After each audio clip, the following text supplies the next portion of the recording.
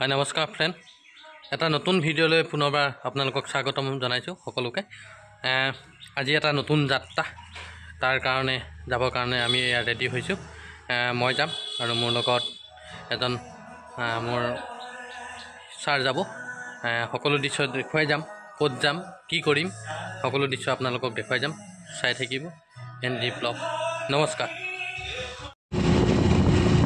এয়া আমি গৈ আছো আজি ক'ত যাম সকলো দৃশ্য আপোনালোকক দেখুৱাই যাম এয়া আমি গৈ আছো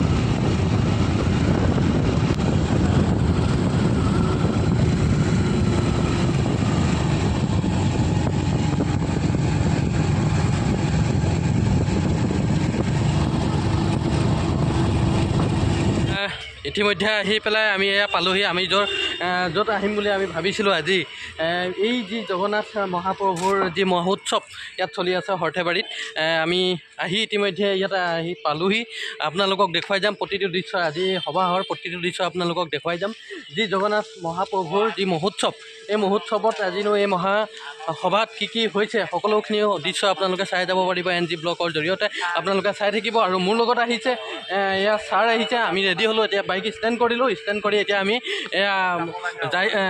গৈ আছোঁ সভাৰ মাজলৈ আপোনালোকে চাই থাকিব এনজি ব্লগৰ জৰিয়তে এই সভাত আজিনো কি দেখা পাম সকলো দৃশ্য আপোনালোকক দেখুৱাই যাম চাই থাকিব এনজি ব্লগ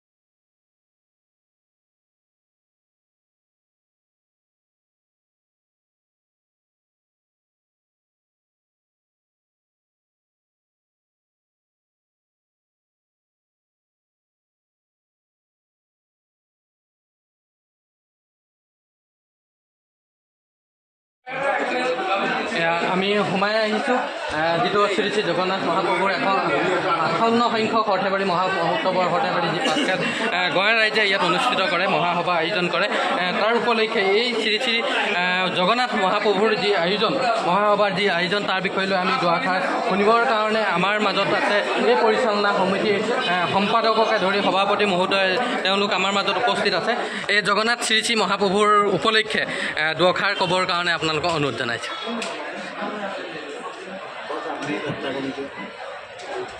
সৰ্থেবাৰী সভা মহোৎসৱৰ 158 সংখ্যক উৎসৱটো এতিয়া চলি আছে বৰ্তমান কিন্তু এই 158 যিটো সংখ্যক বুলি কৈছোঁ আমি এই সংখ্যাটো আমাৰ যিবিলাক তথ্যপাতি তাৰ ভিত্তিতে নিৰ্ধাৰণ কৰা হৈছে কিন্তু ইয়াৰ বহু পূৰ্বৰ পৰাই সৰ্থেবাৰী সভা চলি আছিল কিন্তু সেইবিলাকৰ তথ্যপাতি আপোনালোক দিব নোৱাৰোঁ 1826 চনৰ 92 সন্ধিৰ পিছত যেতিয়া গোটেই অসমখন ইংৰাজৰ বিৰুদ্ধে যায় তেতিয়াই ইংৰাজসকলে এই অসমৰ বিভিন্ন ক্ষেত্ৰত কৰ খাটল লগাই মানুহক হাৰাশাস্তি কৰিছিল বিশেষকৈ 1932 চনত যেতিয়া অসমত মৌজাদাৰী প্ৰথা প্ৰচলন হয় তাৰ পিছত মৌজাদাৰবিলাকে ইংৰাজ চৰকাৰৰ পৰা শক্তি লাভ কৰি তেওঁলোকে আকৌ ওপৰলৈকে উঠি গৈছিল, গৈ এই অঞ্চলৰ মানুহক বা অন্য অঞ্চলত তেনেকুৱা হৈছে, এই অঞ্চলৰ মানুহক কৰ কাটল আদায় কৰাৰ ক্ষেত্ৰত যথেষ্ট হাৰাশাস্তি কৰিছিল। আনকি ঘৰৰ ভিতৰত সোমাই কাঁহৰ কাঁহী বাতি কোনো অলংকাৰ আদি এইবিলাকো আঁতৰাই নিছিল।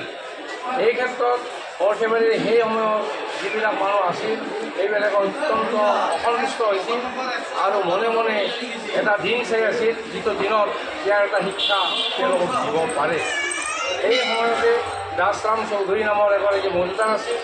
তেখেতৰ লগোৱা লিখি লৈ আহি সৰ্থেবাৰীত সোমাইছিল আৰু সৰ্থেবাৰী যেতিয়া গাঁও আছিল, গাঁৱৰ ভিতৰত সোমাই মানুহৰ ঘৰৰ ভিতৰৰ পৰা যিসকলে খাজনা দিব নোৱাৰে কাঁহী বাতি আদি উলিয়াই নিছিল।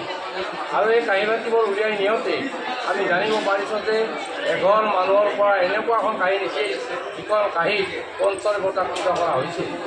এই ক্ষেত্ৰত গোটেই অঞ্চলটোৰ মানুহ বহুত জ্বলি পৰে আৰু এই কাৰ্যৰ প্ৰতিবাদ কৰিবলৈ আৰু সেইসকলক মানে এক শিক্ষা দিবলৈ তেখেতসকল আগুৱাই গৈছিল আৰু তেখেতসকলে আমাৰ ওচৰৰে তিহুনদীৰে বৰপেটালৈ ঢাপলি মেলিছিল আৰু তেওঁলোকৰ পিছে পিছে আমাৰ ডেকাসকল খেলি গৈছিল। গৈ 6 মাইলমান দূৰত এতিয়া য'ত বৈঠা ভাঙা বুলি কয় এই অঞ্চলত আমাৰ লগত এই লগোৱা লিখসকলৰ এটা মাৰপিট হৈছিল আৰু সেই মাৰপিটত আমাৰ মানে যিসকলে নাৱেৰে গৈছিল সেইসকলৰ বৈঠা আদি ভাঙি গৈছিল এই বৈঠা ভাঙাত। আৰু তাতেই মানৱ এৰিয়াৰ দৰে এই মৌজাদাৰকো তাতেই এৰি আহিছিল এই এৰাগাঁৱৰ ওচৰত। তাৰপিছত মৌজাদাৰে গৈ গোটেই সৰ্থেবাৰী ৰাইজৰ ওপৰত এটি কেছ দাখিল কৰে আদালতত আৰু সেই কেছত সৰ্থেবাৰী ৰাইজে যথেষ্ট হাৰাশাস্তি খাবলগীয়া হয়। এই হাৰাশাস্তিৰ পৰা উদ্ধাৰ পোৱাৰ কাৰণে সৰ্থেবাৰী ৰাইজে ভগৱানৰ ওচৰত সেৱা লয় আৰু এটা সিদ্ধান্ত কৰে যে এই হাৰাশাস্তিৰ পৰা উদ্ধাৰ পাব লাগিলে ভদ্ৰকালীৰ পূজা কৰিব লাগিব। এই ৰাইজে ভদ্ৰকালীৰ পূজা আৰম্ভ কৰে আৰু বহু বছৰ ভদ্ৰকালী পূজা আৰম্ভ কৰাৰ পিছত মানুহৰ মনত এটা আলোচনা চলিল যে সৰ্থেবাৰী গোটেই অঞ্চলটো সেই সময়ত বহু আমাৰ মহাপৰীক্ষা পন্থাৰ মানুহ আছে, দামোদৰী পন্থাৰ মানুহ আছে, হৈদেৱী পন্থাৰ মানুহ আছে। এই সকলোৱে মিলি হয়তো এই ভদ্ৰকালীৰ পূজা কৰাত কিছু অসুবিধাৰ সৃষ্টি হয়। সেয়ে এইটো পৰিৱৰ্তন কৰে আৰু পৰিৱৰ্তন কৰি আজি যিটো আমাৰ কলি যোগাজ্ঞা মাঘী পূৰ্ণিমা তিথি, এই মাঘী পূৰ্ণিমা তিথিৰ পৰা সভাৰ কাম আৰম্ভ কৰে আৰু এই দিনটোক লৈ আমাৰ তথ্যপাতি সহকাৰে 157 সংখ্যক সভা মহোৎসৱ চলাই আছে। এইটো হৈছে সভাৰ ইতিহাস। হয়, ধন্যবাদ জ্ঞাপন কৰিছোঁ। এই যি শ্ৰী শ্ৰী জগন্নাথ মহাপ্ৰভুৰ যি ব্যাখ্যা, প্ৰভুৰ আজি সভা মহোৎসৱৰ যি ব্যাখ্যা আপুনি দাঙি ধৰিলে তাৰ কাৰণে আপোনালোকক অশেষ ধন্যবাদ জনাই। শ্ৰী শ্ৰী জগন্নাথ মহাপ্ৰভুৰ মহাসভালৈ গৈ আজি সঁচাকৈ ভাল লাগিলে। আপোনালোকেও পাৰিলে এপাক যাব, ভাল লাগিব। আৰু এইখিনিতে কৈ থওঁ, যদি মোৰ চেনেলটোলৈ প্ৰথমবাৰ আহিছে তেনেহ'লে শ্বেয়াৰ, ছাবস্ক্ৰাইব কৰিবলৈ নাপাহৰিব। ধন্যবাদ। চাই থাকিব NG ব্লগ। নমস্কাৰ।